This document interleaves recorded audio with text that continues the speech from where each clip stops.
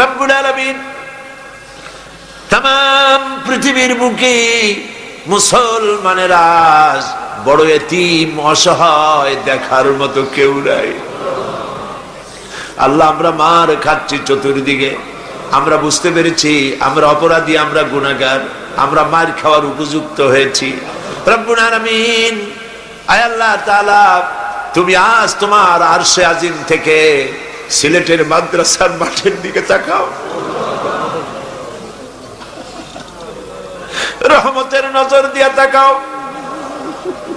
আরশে আজিম থেকে রহমতের নজরে তাকায়া দেখো সিলেটে তোমার বান্দা বান্দিরা কিভাবে কাঁদতেছে।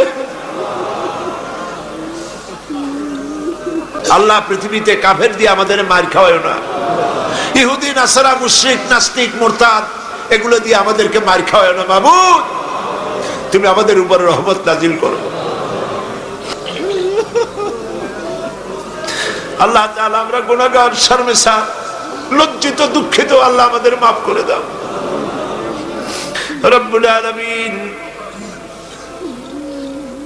শয়তানের ওয়াসওয়াসায় পড়ে আমরা গুনাহ করেছি, আজকে বিনীতভাবে ক্ষমা চাই, মাফ করে দাও।